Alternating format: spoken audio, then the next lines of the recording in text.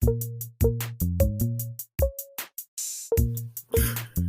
those of us reaching for the stars, we must master a technological mind and bring it in alignment with a high emotional intelligence as well as an emotional stability.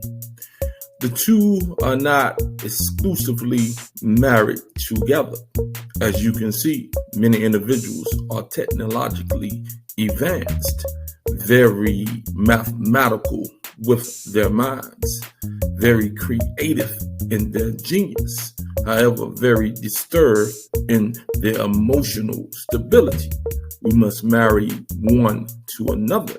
There are key steps that we can take in order to marry the emotional stability with the technological genius that we all seek to adhere to and bring under our control. Meditation, fasting, plant-based nutrition, thinking before we respond, and a host of other beautiful ways in order to bring the emotional stability factor under the same roof with the technological mastery that we have accomplished. Peace.